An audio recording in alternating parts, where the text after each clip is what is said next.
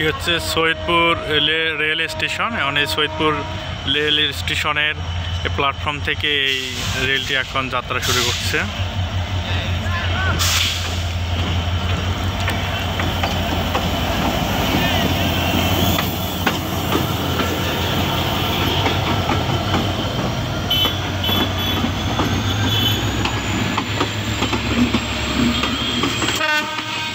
ভেতরে খুব বেশি একটা যাত্রী নেই, খুব কম সংখ্যক যাত্রী,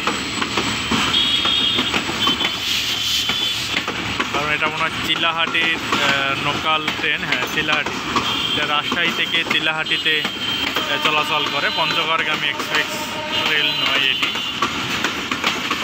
তা মোটামুটি লোকাল ট্রেন হলেও এই ট্রেনটি মোটামুটি অনেক বড়ই রয়েছে। প্ল্যাটফর্ম থেকে রেলটি এখনো সেদিকে, এটা মোটামুটি কিন্তু বিশাল বড়।